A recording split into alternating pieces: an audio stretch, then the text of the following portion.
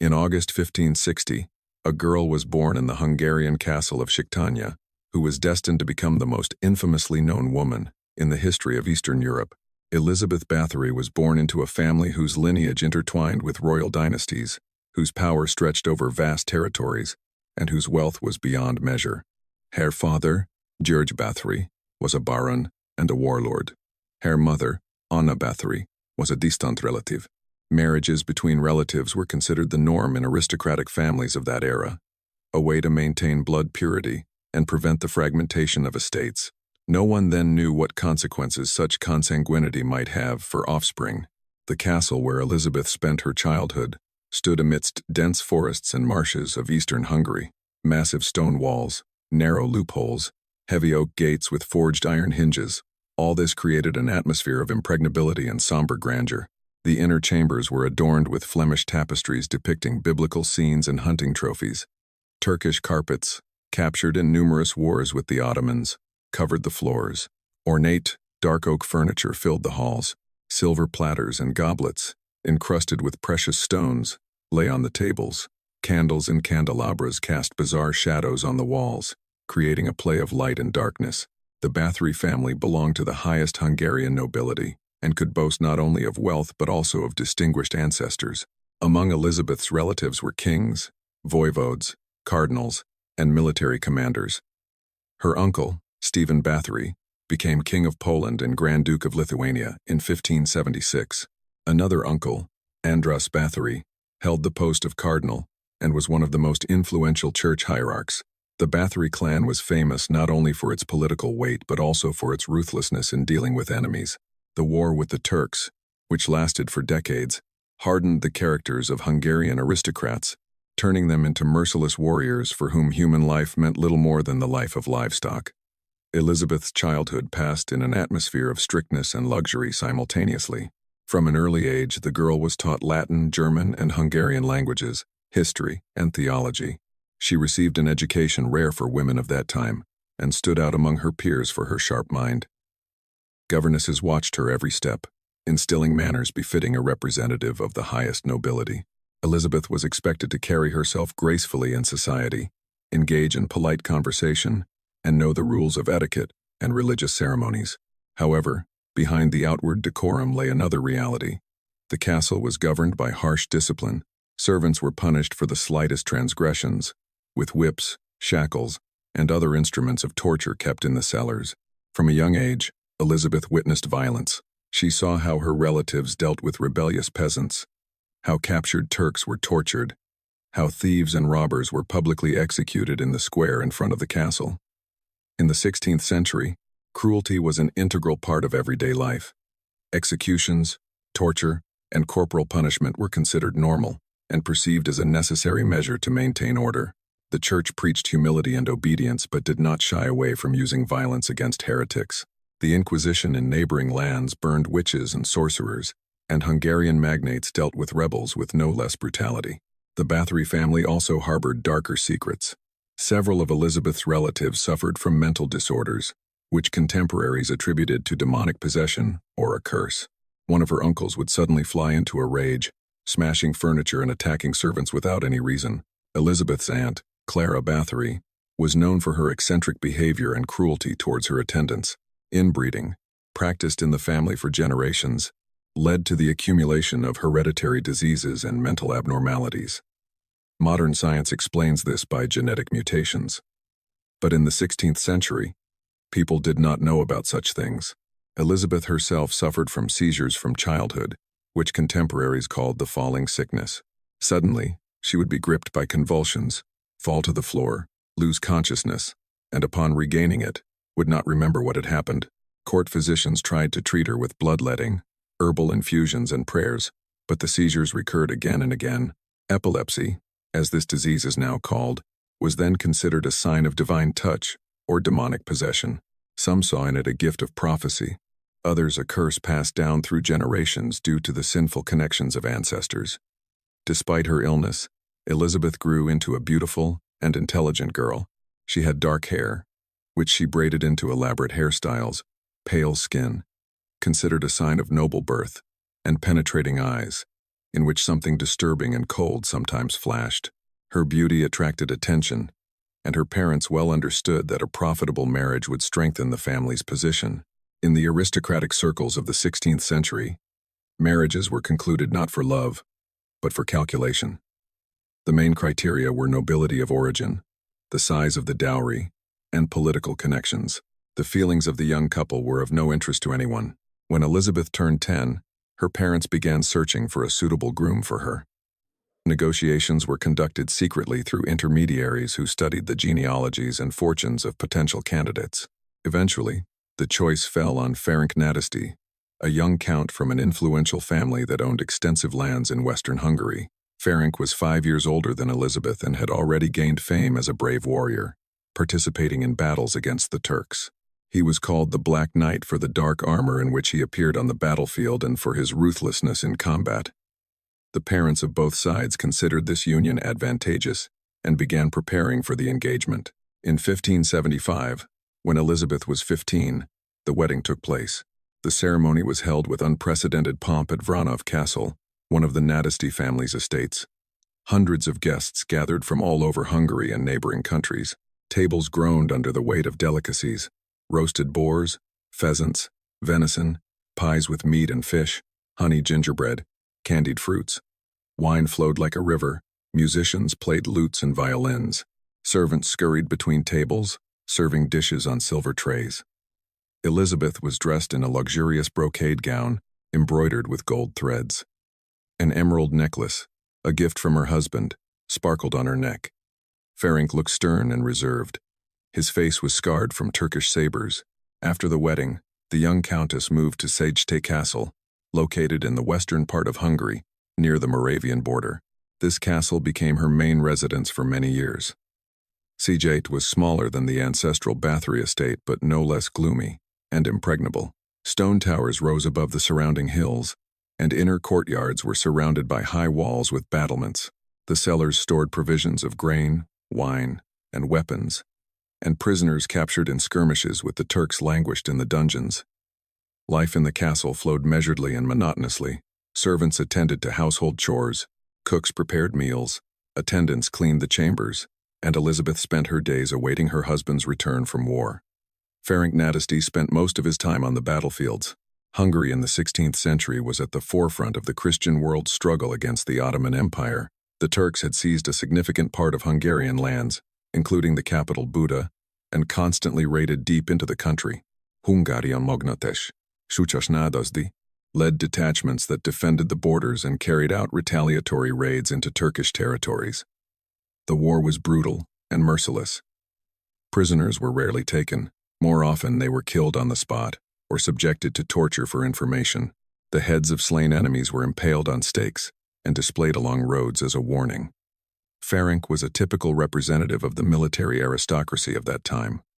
He knew how to wield a sword and spear, understood the tactics of besieging fortresses and commanding troops, but was completely uninterested in peaceful life. For him, war was the meaning of existence, a way to prove his valor and augment the glory of his clan. When he returned to Szeged, he spent his time feasting with comrades, discussing past battles and planning future campaigns. Elizabeth remained in the shadows. Her presence at these gatherings was formal. Women in those days did not participate in serious conversations among men. Their lot was limited to needlework, prayers, and supervision of the household. The relationship between the spouses was cold and reserved. Ferenc treated his wife as a piece of property, necessary for the continuation of the lineage and the management of the castle in his absence. Elizabeth, in turn, understood that her role was limited to bearing heirs and maintaining the family's reputation. There was no love between them, nor could there be, given that the marriage was one of convenience. However, Elizabeth did not resign herself to the role of an obedient wife, silently awaiting her husband. She possessed a strong will and a sharp mind that found no application within the framework of traditional female duties. In Ferenc's absence, Elizabeth effectively managed the castle and its surrounding estates. She corresponded with the managers of other properties, resolved issues of supply and punishment of delinquent servants, and made decisions regarding the collection of taxes from peasants. This was considerable power, especially for a woman of that time. Most aristocratic women limited themselves to embroidering tapestries and reading prayer books. But Elizabeth was an exception. She immersed herself in household affairs with the same diligence with which her husband fought the Turks. However, this power also had a downside. Absolute power over servants and peasants, the lack of control, and impunity gradually began to corrupt her character. In 1578, Elizabeth gave birth to her first child, a daughter named Anna. Later, more children arrived, daughters Ursula and Catalin, and a son, Paul. The birth of children was an important event, especially the appearance of a male heir who would continue the Nádasdy lineage. However, motherhood did not soften Elizabeth's character. The children were raised by wet nurses and governesses, and the Countess herself saw them rarely, mainly during official receptions and holidays. This practice was common among the aristocracy. Children grew up separately from their parents under the supervision of servants, and parents appeared in their lives only episodically. Meanwhile, strange events began to occur in Sejte Castle. Servants noticed that the Countess displayed unusual cruelty and punishments. If earlier offending maids were whipped with rods or made to kneel on peas, now the punishments became increasingly sophisticated. Elizabeth might order a maid to be stripped naked and doused with ice water in the middle of winter, or forced to stand in the frost until she lost consciousness from the cold. Sometimes she ordered fingers to be branded with hot irons or offending servants to be locked in dark cellars without food or water for several days. Servants feared the Countess's wrath and tried to avoid her attention. Contemporaries explained Elizabeth's cruelty in different ways. Some believed she inherited bad blood from her ancestors. Others thought that her epileptic seizures affected her sanity. Still others whispered that the Countess had consorted with witches and sorcerers who taught her dark arts. In the 16th century, belief in witchcraft was widespread. People believed that witches could cast spells, cause illness or death, fly on brooms, and make pacts with the devil. The church fought these superstitions, but at the same time fueled them by declaring witch hunts and burning suspects at the stake.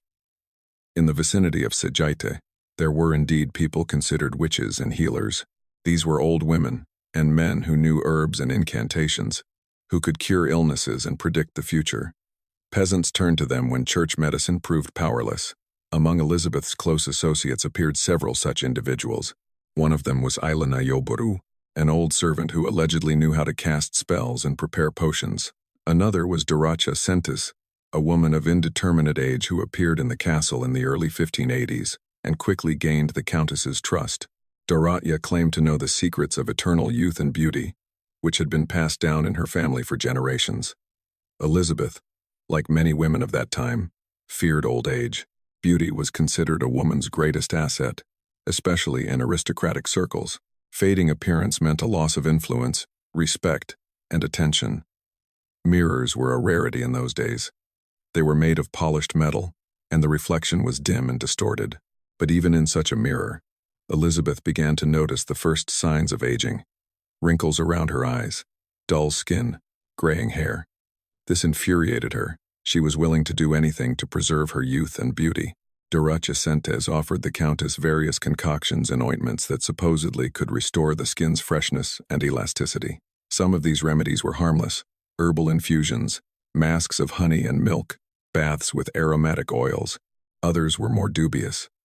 Dorothea claimed that the blood of young girls had special properties and could rejuvenate the skin.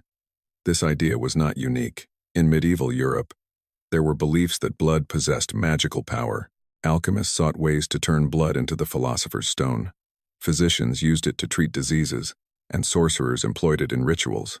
The church condemned such practices, but they continued to exist in popular culture. There is no precise evidence of when exactly Elizabeth began to use blood for cosmetic purposes. However, it is known that in the late 1580s, cases of young maids disappearing became more frequent in Sejte Castle. Some left voluntarily, unable to endure the cruel treatment. Others died from illnesses or accidents. But there were also those who disappeared without a trace, and no one could explain what had happened to them. Relatives of the deceased were afraid to ask questions. In those days, an aristocrat's word meant more than the life of a dozen peasants.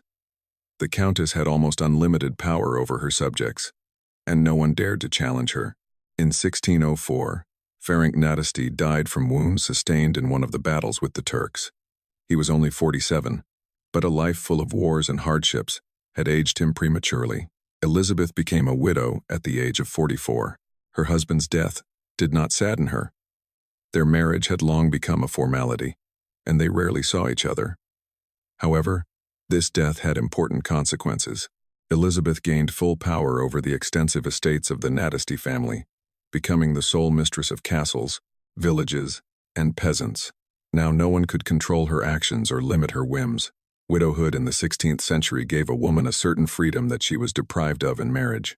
A widow could dispose of property, conclude transactions, and conduct legal affairs. Elizabeth fully exploited this freedom. She stopped appearing at court and rarely left her estates.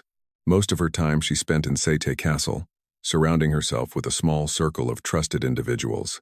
Among them were Dorothea Countess, Ilona Hoboru, and two servants, Fico and Ujvari, who carried out the Countess's dirtiest assignments. Life in the castle followed its own laws. Elizabeth transformed her residence into a closed world, where news from outside rarely penetrated. She rarely received guests, and if she did, she displayed feigned graciousness, concealing her true self. Outwardly, everything seemed decent. The Countess attended church services, donated money for the construction of churches, and patronized monks. However, behind the stone walls of Sagate, something entirely different was happening. Servants lived in constant fear, not knowing when the Countess would unleash her wrath upon them. Even the slightest transgression could lead to brutal punishment. Elizabeth developed an entire system of torture. Special rooms were equipped in the castle's cellars where offenders were punished. There were wooden stocks for hands and feet, iron chains for shackling to walls, and red-hot tongs for branding skin. The Countess personally attended the punishments, observing the victim's suffering with cold curiosity. Sometimes she herself participated in the torture, delivering blows or branding skin. Witnesses claimed that in these moments, an expression of strange satisfaction appeared on her face, as if the pain of others brought her pleasure. Gradually, the punishments became increasingly cruel. If earlier Elizabeth was content with flogging or branding, now she invented new ways to inflict pain. Maids were stripped and exposed to the frost, doused with ice water, forced to stand barefoot in the snow until they lost consciousness. Sometimes they were locked in narrow cages where it was impossible to sit or lie down, and left there for several days without food or water. Some victims died from exhaustion, cold, or infections that developed from wounds. Their bodies were secretly buried in the castle garden or in the nearby forest. Elizabeth's close associates were her accomplices.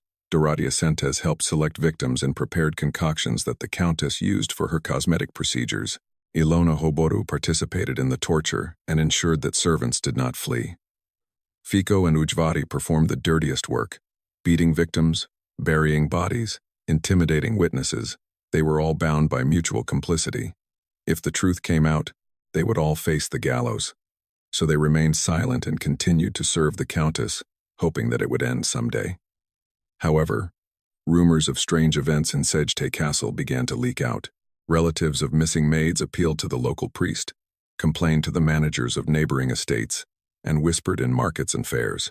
It was said that Countess Báthory had consorted with unclean forces, that she drank the blood of innocent girls to preserve her youth, and that terrible things were happening in her castle. But these rumors were dismissed as superstitious chatter of ignorant peasants. The aristocracy was unwilling to believe that one of the representatives of the highest nobility could be guilty of such crimes. Elizabeth continued to live as if nothing were happening. She corresponded with relatives, resolved household matters, and managed the income from her estates. Her children grew up and moved to their own properties. Her daughters married noble magnates. Her son, Paul, prepared for a military career. They rarely visited their mother and did not know what was happening in the castle. Elizabeth carefully concealed her actions even from her own children, fearing that they might interfere or try to take control of the property. In time, the Countess's victims included not only maids from peasant families but also girls from the minor nobility. Elizabeth invited them to the castle under the pretext of teaching them good manners and court etiquette. Parents eagerly sent their daughters to the residence of the noble Countess, hoping that the girls would make connections and be able to marry well. However, many of these girls never returned home. Their parents received letters stating that their daughter had fallen ill and died of fever or an accident. Bodies were sent back in sealed coffins that were forbidden to be opened. The disappearance of noble girls could not go unnoticed. Their relatives began to ask questions, demand investigations, and write complaints to royal officials. However, Elizabeth was too influential and wealthy to be easily accused. She had connections at court, her relatives held high positions, and her fortune allowed her to bribe officials and judges. Moreover, in those days, the law protected the aristocracy. Accusing a representative of the highest nobility was extremely difficult. Irrefutable evidence and the support of the king himself were required. Meanwhile, another important event occurred in Elizabeth's life. In 1909, she met a woman named Elizabeth Báthory, the widow of a minor nobleman. Báthory was known as a witch and healer, claiming to possess secret knowledge of magic and alchemy. She appeared at Sage Castle and quickly gained the Countess's confidence. Báthory promised to teach Elizabeth spells that would make her invulnerable to enemies and help her maintain power and beauty. In return, she demanded a generous reward and complete freedom of action. Under Báthorý's influence, Elizabeth's cruelty reached its peak. Her new confidant convinced the Countess that to achieve true power, not just torture, but actual sacrifices were necessary. Báthory claimed that the blood of virgins, shed during special rituals, possessed magical properties and could prolong life. Elizabeth, who by then was no longer young and feared death, believed these stories. She began to perform rituals during which she tortured and killed young girls, collecting their blood in vessels. By the end of the first decade of the 17th century, rumors of Countess Báthory's crimes reached the royal court in Vienna. Hungary at that time was part of the Habsburg dominions, and Hungarian affairs were under the control of Emperor Matthias II. Among the royal advisors were people who decided that it was time to put an end to Elizabeth's outrages. However, they had to act cautiously. Báthory belonged to one of the most distinguished families in Hungary. Her relatives held important positions, and she herself owned enormous wealth. Accusing her without sufficient grounds would mean incurring the wrath of the entire Hungarian aristocracy. The initiator of the investigation was the Palatine of Hungary, György Thurzó, the highest royal official responsible for maintaining order in the country. Thurzó was a distant relative of Elizabeth and had long turned a blind eye to rumors of her crimes. However, by 1610, enough evidence had accumulated that it became impossible to ignore. Priests from neighboring villages wrote complaints about the disappearance of parishioners. Relatives of the missing girls demanded an investigation, and witnesses spoke of cries and moans emanating from Sage Castle at night. Thurzó began to act secretly. He collected witness testimonies, interviewed former servants of the Countess, and studied documents concerning the disappeared girls. The picture that emerged was terrifying. Dozens, if not hundreds, of young women had disappeared in Báthory Castle over the past 20 years. Some of them were daughters of peasants, others representatives of the minor nobility. Witnesses claimed to have seen bodies wrapped in sacks being carried out of the castle and buried in the garden or in the forest. Former servants told of torture, of the victims' screams, and of how the Countess personally participated in the torment. However, Thurzó understood that witness testimonies alone were not enough. Irrefutable evidence was needed to catch the Countess red-handed. The Palatine developed a plan. He decided to stage a sudden raid on Sage Castle to catch Elizabeth and her accomplices by surprise. The operation was scheduled for December 1610. Thurzó assembled a detachment of soldiers and royal guards, and also invited several priests and judicial officials who were to record the evidence. On the 30th of December 1610, deep in the night, Thurzó's detachment approached the gates of Sage Castle. The guards did not expect an attack and offered no resistance. Soldiers burst in and began their search. What they discovered surpassed the darkest expectations. In the castle's cellars, they found several girls, still alive but ravaged by torture. Their bodies were covered with wounds, burns, and bruises. Some could barely stand from weakness. In one of the rooms lay the body of a recently deceased girl, and next to it stood blood-stained torture instruments. The search continued throughout the night. Soldiers discovered secret rooms where torture instruments were stored. Iron tongs, red-hot rods, stocks, chains. In one of the cellars, the remains of several dozen people, buried in the earthen floor, were found. Some bodies were fresh, others already decomposed.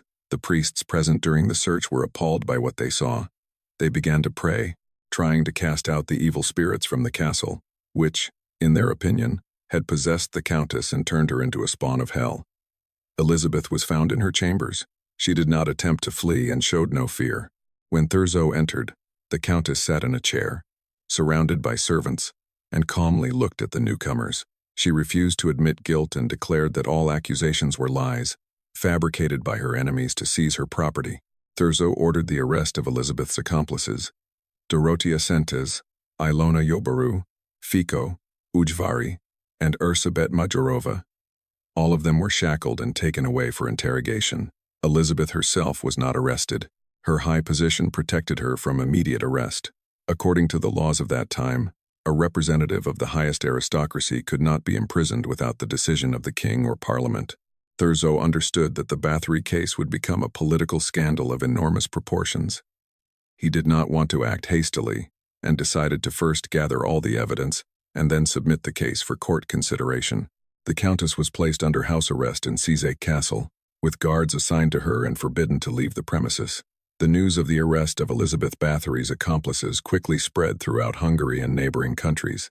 People were shocked by the scale of the crimes. It was said that the Countess had killed hundreds of girls, that she drank their blood and bathed in it, that she had made a pact with the devil. Many of these rumors were exaggerated and based on superstitions, but there was a grain of truth in them. Elizabeth had indeed committed many murders, and her cruelty knew no bounds. However, the exact number of victims could not be established. Many bodies were never found, and records kept by the Countess disappeared or were destroyed. Meanwhile, the interrogations of the arrested began. Dorotea Sentes, Ilona Yobaru, Fico, and Ujvari initially denied their involvement in the crimes. However, under threat of torture, they began to give testimony. Dorotea admitted that she helped the Countess select victims and participated in the torture. She recounted how Elizabeth ordered girls to be beaten, branded with red-hot irons, and doused with ice water in the frost. Ilona Yobaru confirmed these testimonies and added that the Countess herself often attended the tortures and even personally inflicted blows. Fico and Ujvari confessed that they buried bodies in the castle garden and in the forest at Elizabeth's command. Elizabeth Báthory gave the most horrifying testimony. She claimed that the Countess performed rituals during which she sacrificed girls to dark forces. According to her, Elizabeth believed that the blood of innocent victims possessed magical power and could prolong her life and preserve her beauty. Báthory also spoke of potions and ointments that she prepared for the Countess from the blood and internal organs of the murdered girls. These testimonies strengthened the accusations against Elizabeth. Now she was charged not only with murder but also with witchcraft, which in the eyes of the church was an even more serious crime. Thurzo understood that the case was taking a dangerous turn. Accusations of witchcraft could lead to an ecclesiastical trial, which would mean the intervention of the Inquisition. This threatened a scandal that would affect not only Elizabeth but also the entire Báthory family, and possibly other representatives of the Hungarian nobility. The Palatine decided to act cautiously. He wanted to secure the Countess's conviction but avoid a public trial that would attract too much attention. Thurzo began negotiations with Elizabeth's relatives, trying to find a compromise solution. In January 1611, in the town of Bicha, near Cizek Castle, the trial of Elizabeth Báthory's accomplices began. The Countess herself was not brought to trial for political reasons. Her high position and connections made a public trial impossible. However, her close associates did not have such protection. Dorotea Sentes, Ilona Yobaru, Fico, Ujvari, and Elizabeth Báthory were tried as accomplices in mass murders and witchcraft.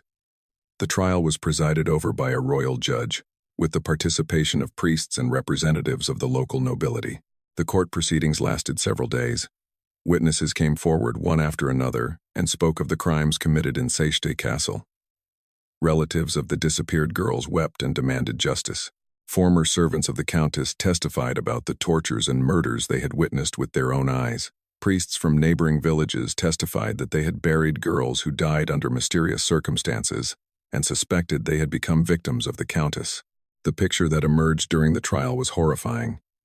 The accused tried to defend themselves, claiming they acted on the Countess's orders and could not disobey. Dorotea Sentes stated that she feared Elizabeth and carried out her orders under threat of death. Ilona Yobaru claimed she did not understand that she was participating in crimes and thought that the Countess was punishing delinquent servants within her rights. Fico and Ujvari also cited fear of the Countess and their inability to refuse her. However, the judges did not accept these justifications. They believed that the accused were willing accomplices in the crimes and deserved severe punishment. Elizabeth Báthory was more defiant. She denied her guilt and blamed Elizabeth for everything, claiming that the Countess herself forced her to participate in the rituals and threatened her with reprisal if she refused. Báthory also tried to portray herself as a victim of circumstances, saying that she only tried to help the Countess cope with her illness and did not know that her actions would lead to such consequences. However, witnesses refuted her words. They claimed that Báthory was an active participant in the torture and took pleasure in the victim's suffering. After several days of hearings, the judges delivered their verdict. All 5 accused were found guilty of complicity in murders and witchcraft. Dorodia Countess and Ilona Yoboru were sentenced to be burned at the stake. Before execution, their fingers were cut off as punishment for having personally tortured the victims. Fico and Ujvari were sentenced to be decapitated, after which their bodies were also burned. Elizabeth Báthory was sentenced to the most terrible execution. She was burned alive at the stake as a witch. The sentences were carried out publicly in the square in Bicha, in the presence of a large crowd. The executions took place in February 1611. Crowds gathered to watch the execution of the bloody Countess's accomplices. Some came out of curiosity, others to see justice done. Relatives of the deceased girls stood in the front rows, wanting to ensure that the murderers received their deserved punishment. The executioners performed their work quickly and professionally. Dorodia and Ilona were burned first. Their screams echoed across the square. Then Fico and Ujvari were decapitated, and their bodies were thrown into the fire. Last, Elizabeth Báthory was burned, shouting until the last moment that she was innocent. The execution of the accomplices did not satisfy the public. People wanted to see Elizabeth Báthory herself on the scaffold, but this did not happen. Palatine György Thurzo, who led the investigation, understood that a public trial of the Countess would lead to a political crisis. The Báthory family was too influential, and many representatives of the Hungarian nobility believed that the accusations against Elizabeth were exaggerated or entirely fabricated by her enemies. Thurzo feared that the trial would split the Hungarian aristocracy and lead to internal conflicts that would weaken the country in the face of the Turkish threat. Instead of a public trial, Thurzo decided to keep Elizabeth under house arrest for the rest of her days. He convinced King Matthias II that this was the best solution.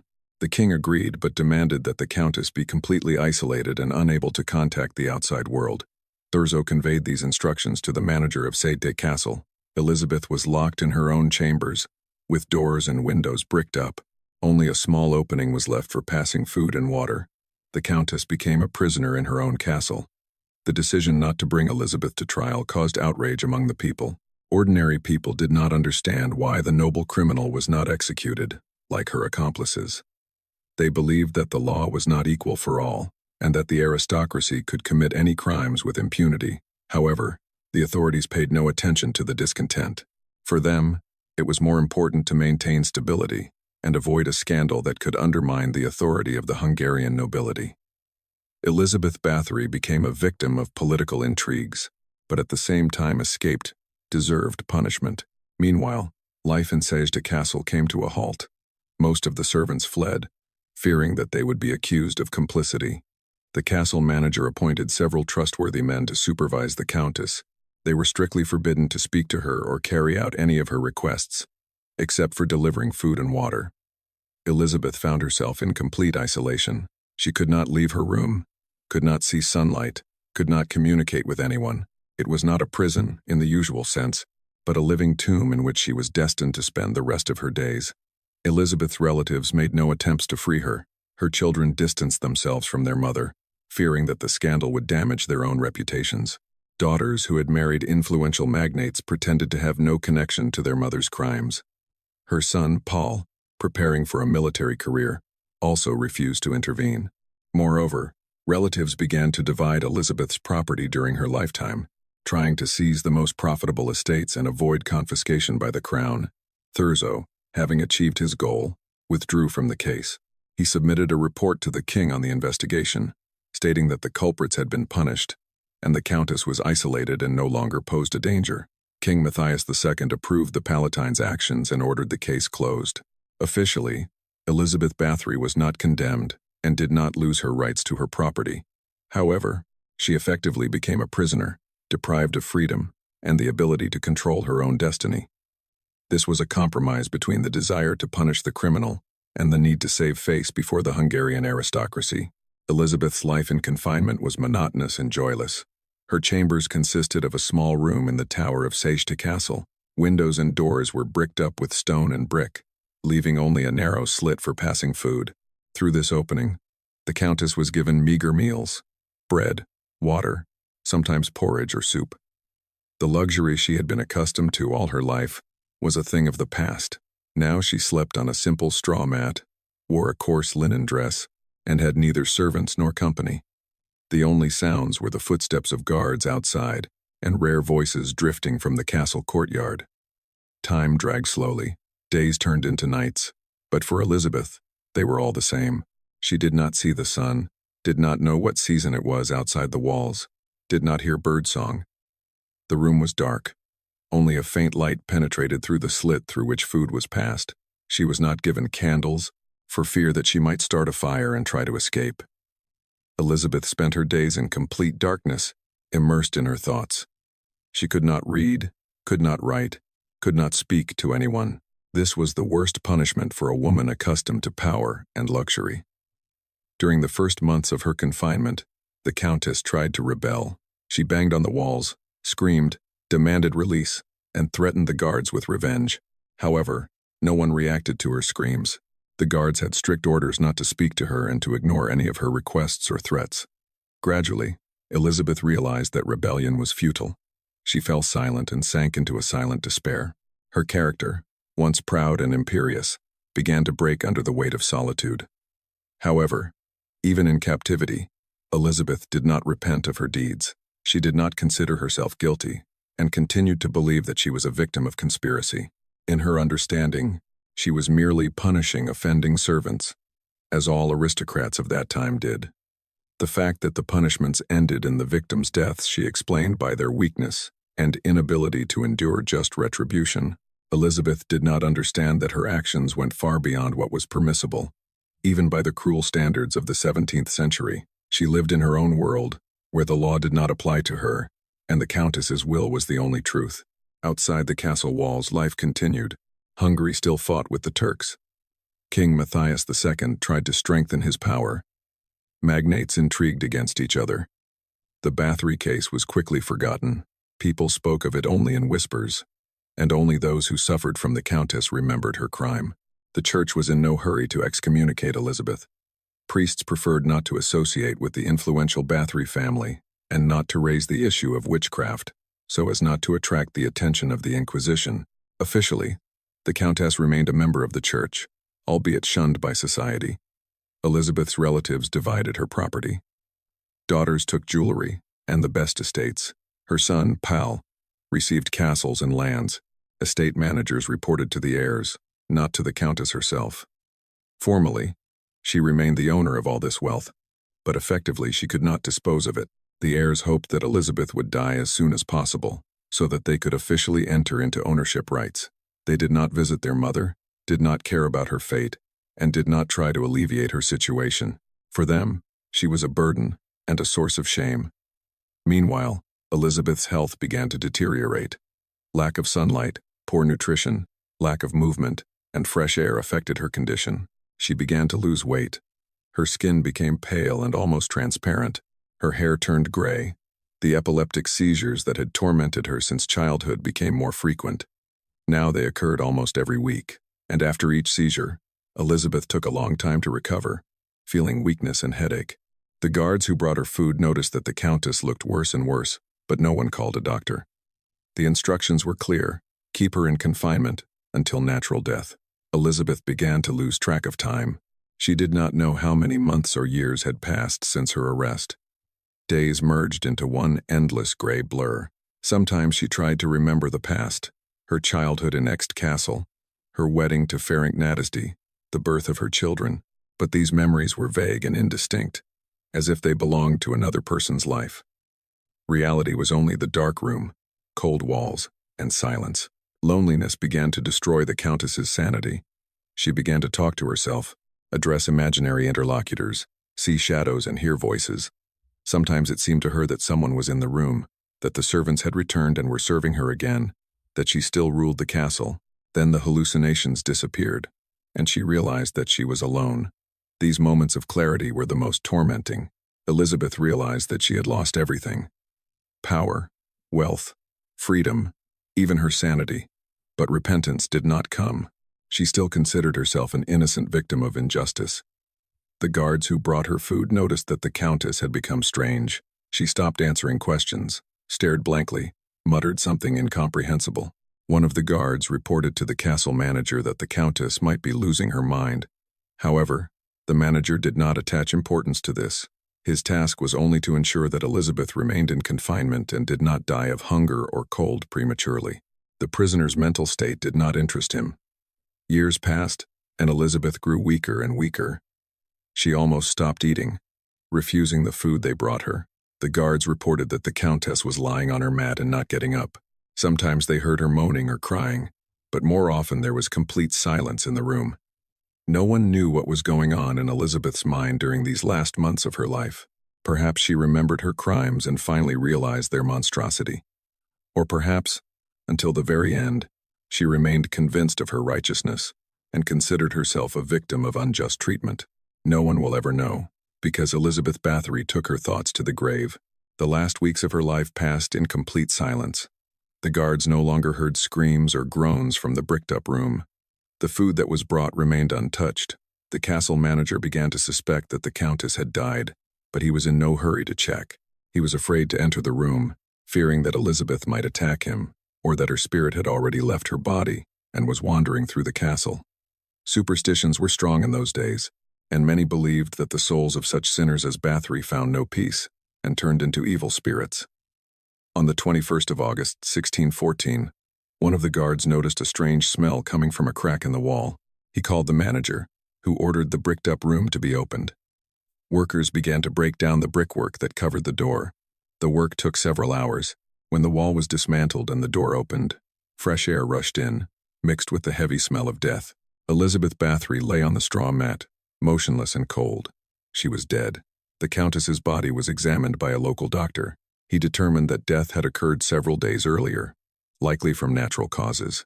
Elizabeth was 54 years old, which by 17th century standards was considered an advanced age. Years of confinement, illness, lack of normal nutrition, and fresh air had undermined her health.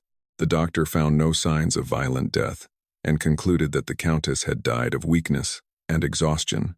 No one mourned her passing. The guards and servants breathed a sigh of relief that they no longer had to guard this terrible woman.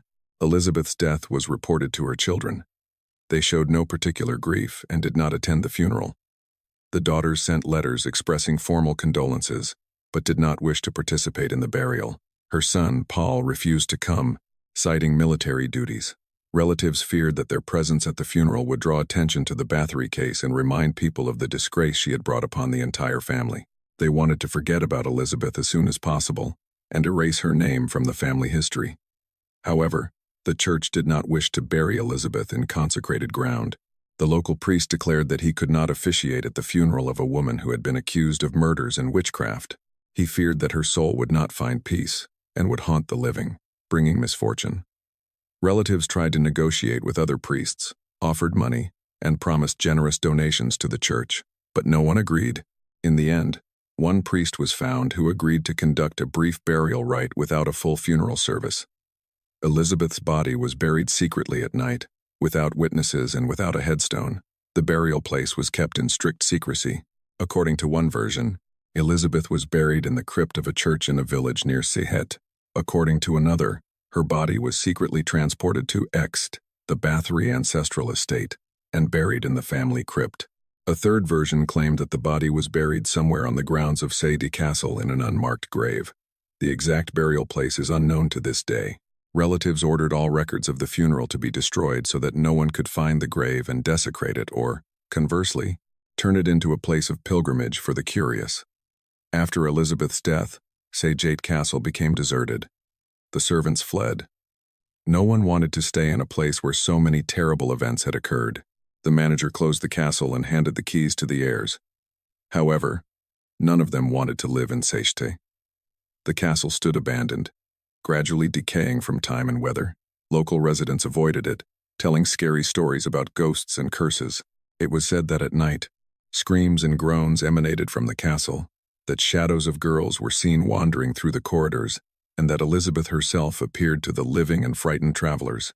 Elizabeth's property was divided among her children and other relatives. Daughters received jewelry, gold, and silver. Her son, Paul, took most of the lands and castles. However, the wealth accumulated through blood and suffering did not bring happiness to the heirs. Daughter Anna died a few years after her mother, under mysterious circumstances.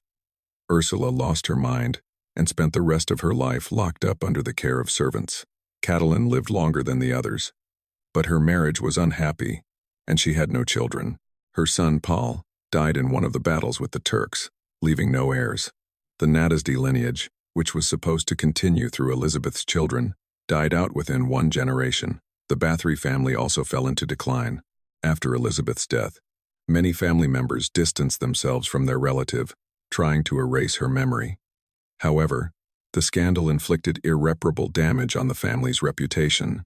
The Báthorys no longer commanded the same influence and respect as before. Their political opponents used Elizabeth's case to discredit the entire family. Gradually, the Báthorys lost their positions at court and in Hungarian politics.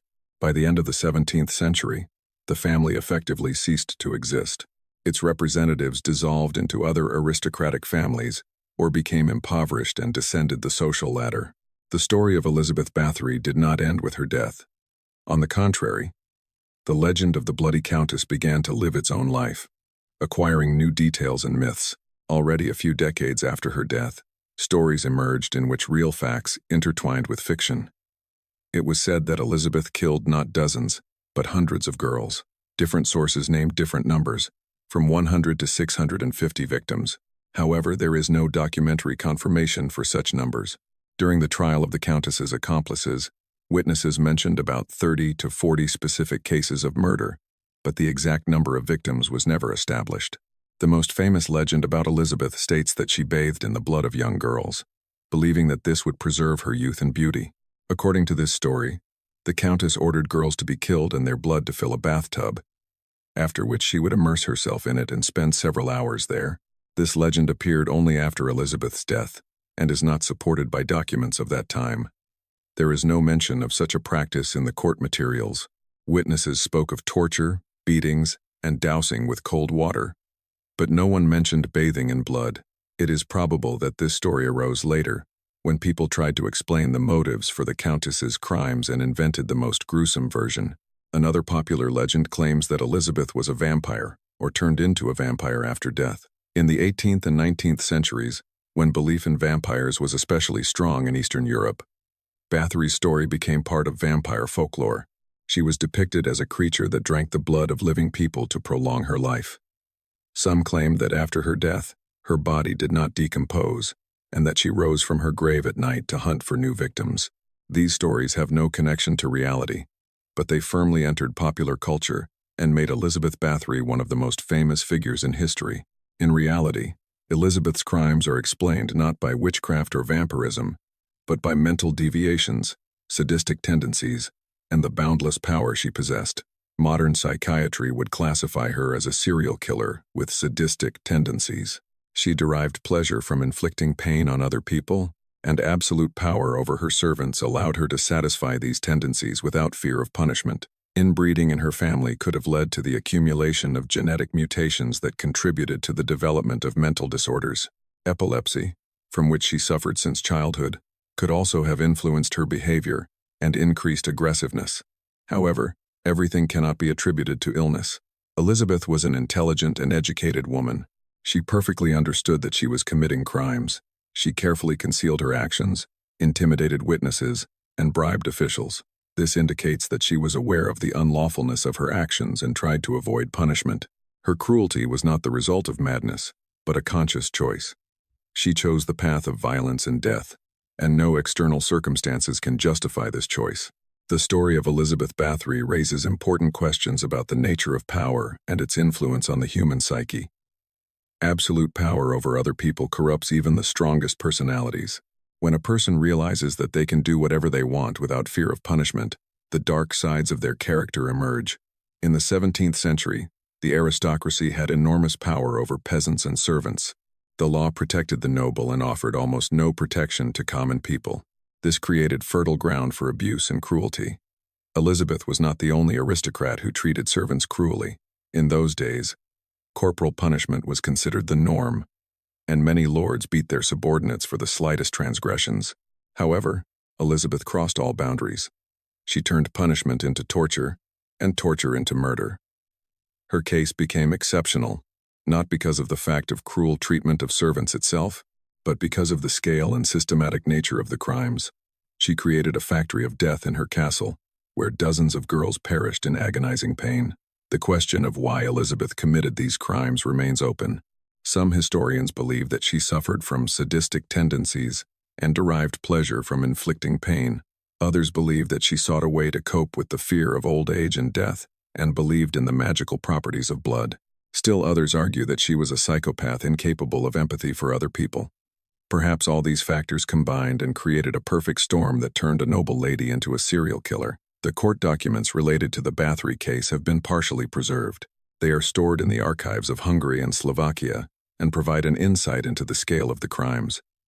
They contain witness testimonies, descriptions of torture instruments found in the castle, and lists of disappeared girls. However, many documents have been lost or destroyed. Elizabeth's relatives tried to erase as much evidence of her crimes as possible to protect the family's reputation. Therefore, the full picture of what happened will never be restored. In the 19th century, the story of Elizabeth Báthory attracted the attention of writers and researchers. They wrote books, novels, and plays. However, most of these works were fictional and did not aim for historical accuracy. Authors added fictional details to make the story more dramatic and captivating. Thus, legends of bloodbathing, vampirism, and pacts with the devil were born. These myths overshadowed the real history, and today many people know about Elizabeth Báthory only through legends, not through documentary evidence. In the 20th century, interest in the story of the bloody Countess grew even more. Films were made, dozens of books were written, and musical works were created about her. Elizabeth became a cult figure in the genre of horror and dark romanticism.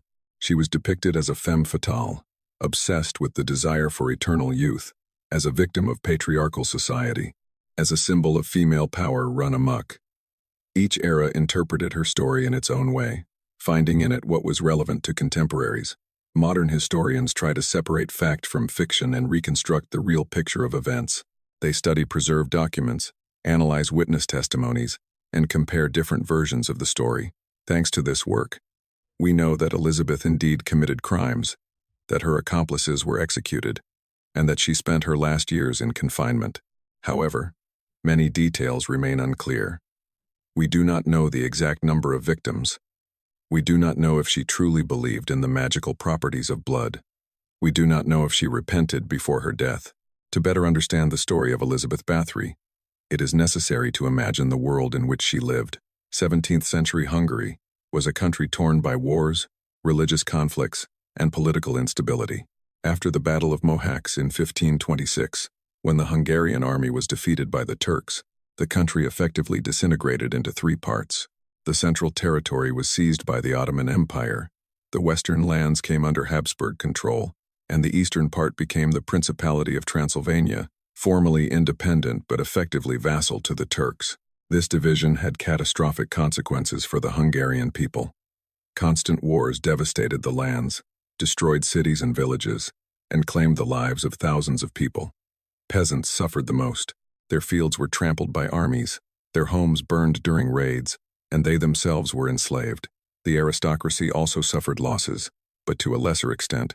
Magnates had fortified castles where they could take refuge during attacks, and they had their own armed detachments to defend their estates. In these conditions, cruelty became a norm of life. War accustomed people to the sight of death and suffering. Soldiers returning from battlefields were accustomed to violence and saw nothing unusual in applying it in peaceful life. Torture was a common practice, both in wartime and peacetime. It was used to obtain information from prisoners, to punish criminals, and to intimidate the rebellious. The Church condemned excessive cruelty but used torture itself in the fight against heretics. The legal system of that time was imperfect and depended on social status. For the aristocracy, there were one set of laws, for commoners another. A noble person could practically kill a peasant with impunity if he considered that the peasant deserved punishment. Courts rarely sided with common people in disputes with the aristocracy. The testimonies of peasants carried less weight than the words of a nobleman. This system created conditions for abuses and allowed people like Elizabeth Báthory to avoid punishment for a long time. The position of women in the 17th century was complex. On the one hand, society considered them weak and in need of male guardianship. A woman could not independently dispose of property if she was married, could not hold political office, and had no say in important matters. On the other hand, widows from noble families gained a certain freedom. They could manage property, conclude transactions, and conduct legal affairs. Elizabeth fully exploited this freedom after her husband's death. Education for women was rare. Most girls from aristocratic families were taught only basic skills: reading, writing, needlework, music. It was believed that a woman did not need a deep education. Her main task was to marry, bear children, and manage the household. However, Elizabeth received an above-average education. She knew several languages, understood politics and economics, and could conduct complex negotiations. This intelligence and education made her even more dangerous. When she turned her abilities to criminal activity, religion played a huge role in the lives of 17th century people. Hungary was a Catholic country, but at this time the Reformation began, which split the Christian world. Protestant doctrines, Lutheranism and Calvinism, spread rapidly throughout Hungary, finding supporters among the nobility and townspeople. Many Hungarian magnates adopted Protestantism, seeing it as a way to strengthen their independence from the Catholic Habsburgs. Elizabeth Báthory came from a Protestant family, although she formally remained Catholic. Religious conflicts intensified tensions in society. Catholics and Protestants were hostile to each other, accusing opponents of heresy and godlessness.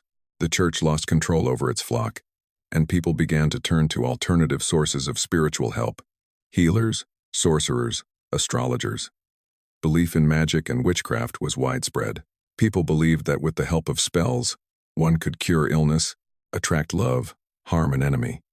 The church fought these superstitions, but also fueled them by conducting trials of witches and sorcerers. In such an atmosphere, all kinds of charlatans and fraudsters flourished, promising miraculous cures and magical services. Some of them indeed possessed knowledge of herbs and healing. Others were ordinary deceivers. Elizabeth fell under the influence of several such people who convinced her that blood possessed magical properties. In the context of her time, this belief was not out of the ordinary. Many people believed in such things, and alchemists tried to use blood in their experiments. 17th century medicine was primitive by modern standards. Doctors did not know about the existence of microbes, did not understand the nature of most diseases, and had no effective medicines. The main methods of treatment were bloodletting, the use of herbs, prayers, and incantations. Surgery was extremely dangerous, as there was no anesthesia and antiseptics. Most operations ended in the patient's death from blood loss or infection. In such conditions, people often turned to folk healers who promised healing through magical rituals. Cosmetics and personal appearance were important for aristocratic women. Pale skin was considered a sign of nobility, as a tan was associated with peasant labor in the sun. Women used various skin whitening agents, many of which were toxic. Lead whites, for example, were a popular cosmetic, although they caused poisoning with prolonged use. Rouge was made from cinnabar, which contained mercury. These substances slowly poisoned the body, but women continued to use them for beauty. The fear of old age was especially strong among aristocratic women. Beauty was their main capital, a way to maintain influence and the attention of their husbands. An aging woman lost her attractiveness and ceased to be interesting to society. Young wives could replace aging ones, and many noblemen did not hesitate to have mistresses. Elizabeth, like many women of her time and position, desperately clung to youth and was willing to do anything to preserve it. This obsession with beauty and fear of aging became one of the motives for her crimes. Modern criminology and psychology offer a new perspective on Elizabeth Báthory's crimes. Today, she would be classified as a serial killer with sadistic tendencies. Serial killers are individuals who commit multiple murders at specific intervals, following a certain pattern. They derive psychological satisfaction from their crimes, and each new murder intensifies their need for repetition. Elizabeth fits this profile almost perfectly. One of the characteristic features of serial killers is the gradual escalation of violence.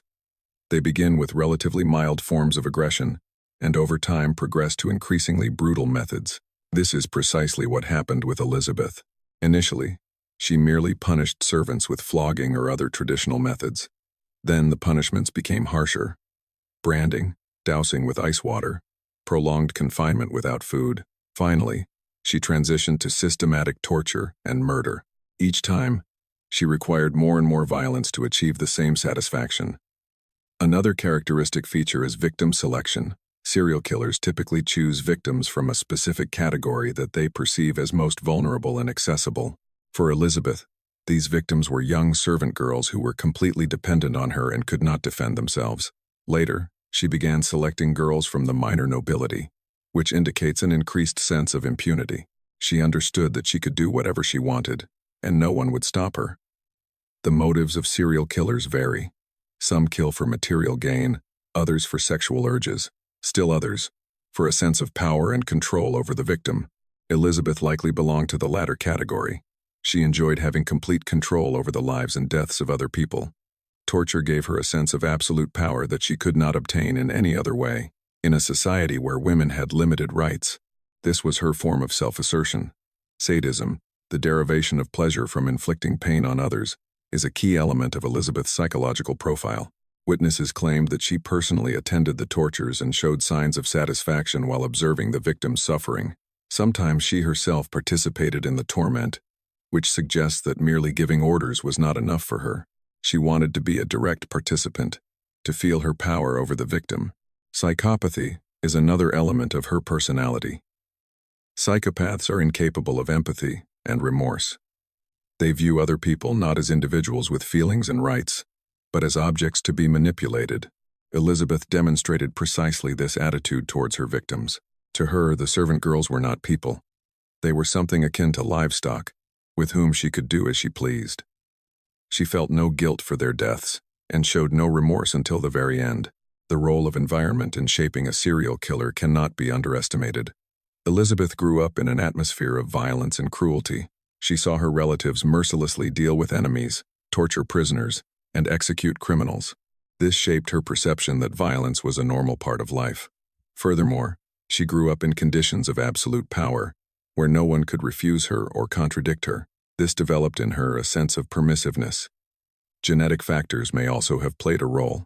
Inbreeding in the Báthory family led to the accumulation of hereditary diseases. Epilepsy, from which Elizabeth suffered, can be accompanied by personality changes and increased aggressiveness. Some studies show that people with certain forms of epilepsy are more prone to impulsive behavior and outbursts of anger. This does not excuse her crimes, but helps to understand what might have contributed to the development of her sadistic tendencies. It is important to note that most people, even with similar genetic predispositions, do not become serial killers. A combination of many factors, genetics, upbringing, social environment, personal psychological characteristics, is required for a person to embark on a path of crime. In Elizabeth's case, all these factors coincided. She had a predisposition to aggression, grew up in an environment where violence was the norm, possessed absolute power over her subordinates, and had no moral constraints. Comparing Elizabeth to other serial killers in history reveals interesting parallels. Gilles de Rais, a French baron of the 15th century, also came from a noble family and committed numerous murders of children. His motives were partly sexual, partly related to occult practices. Like Elizabeth, he long avoided punishment due to his high status. Both cases demonstrate how absolute power and lack of control can turn a person into a monster. However, Elizabeth differs from most serial killers in that she was a woman. Female serial killers are much rarer than males and usually employ different methods. Women are more likely to kill using poison rather than physical violence. They less often derive pleasure from the act of killing and more frequently act out of mercenary motives. Elizabeth was an exception. She used the same methods as male sadists and derived the same satisfaction from inflicting pain. This raises questions about the influence of gender on criminal behavior. Perhaps if Elizabeth had been a man, her crimes would have caused less shock. Cruelty from men was perceived as something more natural at the time, but a woman committing such atrocities seemed an unnatural phenomenon. This intensified the horror and contributed to Elizabeth's demonization. She began to be depicted not merely as a criminal, but as a spawn of hell, a witch, a vampire, a being transcending human nature. The story of Elizabeth Báthory has reached us through many sources: court documents, letters from contemporaries, chronicles, and folk legends. Each source adds its own details and interpretations, creating a complex and sometimes contradictory picture. Some historians have attempted to rehabilitate the Countess, arguing that the accusations against her were fabricated by her political enemies. They point out that the Báthory case was advantageous to the king and Hungarian magnates who wanted to seize her wealth. Indeed, financial motives played a role in the Báthory affair. Elizabeth was one of the wealthiest women in Hungary, and many desired to gain control over her estates. King Matthias II owed her a large sum of money borrowed to finance military campaigns. The Countess's conviction would have annulled this debt. Elizabeth's relatives were also interested in her elimination to expedite their inheritance. These facts led some researchers to doubt the reality of her crimes. However, most modern historians agree that Elizabeth's crimes were real. There were too many witness testimonies, too many found pieces of evidence, too many disappeared girls for all of it to be explained by a conspiracy. Even if some accusations were exaggerated, the main facts are confirmed by documents. Elizabeth did indeed torture and murder her servants, and the scale of these crimes was significant. Financial motives may have accelerated the investigation, but they did not create the crimes out of nothing. The legend of Elizabeth Báthory continues to live in modern culture. She has become a source of inspiration for writers, directors, and musicians. Many films have been made about her, dozens of books written, and musical albums created. In most of these works, the real story is distorted and romanticized. Elizabeth is depicted as a tragic heroine, a victim of patriarchal society, a woman who fought for her freedom and power. Such interpretations ignore the real suffering of her victims and transform a history of mass murder into a romantic fairy tale. This romanticization is dangerous because it blurs the line between victim and executioner. Elizabeth was not a victim. She was a privileged aristocrat who possessed immense power and wealth. The real victims were the young girls who had no rights and could not defend themselves against their mistress. Their names are forgotten, their stories unknown to anyone, but it is they who deserve our sympathy and memory. The romanticization of Elizabeth Báthory is a betrayal of the memory of these girls. Sejte Castle, where the crimes took place, today stands as picturesque ruins. It is located in modern-day Slovakia, near the border with the Czech Republic. Tourists come there to see the place where the bloody Countess lived, to take photos against the backdrop of the ruins, and to listen to scary stories. Locals profit from the Báthory legend, selling souvenirs and conducting tours. The castle has become a tourist attraction, a place of entertainment, rather than a monument to tragedy. This also raises questions about how we treat historical crimes. By turning places of tragedy into tourist attractions, we risk forgetting the real suffering that occurred there. The ruins of Sejte Castle should serve as a reminder, not of a romantic legend, but of how absolute power and lack of control can turn a person into a monster. They should serve as a warning about the consequences of impunity. The story of Elizabeth Báthory teaches us several important lessons. Firstly, power corrupts, especially when it is absolute and not limited by any legal or moral frameworks. Society must create mechanisms of control over those who hold power, regardless of their social status or wealth. Secondly, the justice system must be equal for all. A law that protects the noble and ignores common people creates conditions for abuse. Thirdly, mental deviations and sadistic tendencies can develop in anyone, and society must be prepared to recognize and prevent such cases. Today, we live in a world where the legal system is more perfect, where human rights are protected by law, and where mechanisms exist to control power. However, this does not mean that similar crimes are impossible. Serial killers exist in our time too, and some of them also use their position and influence to avoid punishment. The story of Elizabeth Báthory reminds us that vigilance is always necessary, that no one should be above the law. The memory of Countess Báthory's victims has practically faded. We do not know their names, we do not know their stories, we cannot honor their memory. They were simple girls from peasant and minor noble families, whose lives were not considered important in the eyes of contemporaries. But each of them was a human being with her own dreams, fears, and hopes. Each of them deserved to live, to love, to start a family, to grow old surrounded by grandchildren. Elizabeth Báthory took that opportunity away from them. When we speak of the bloody Countess, we must remember not only her, but also her victims.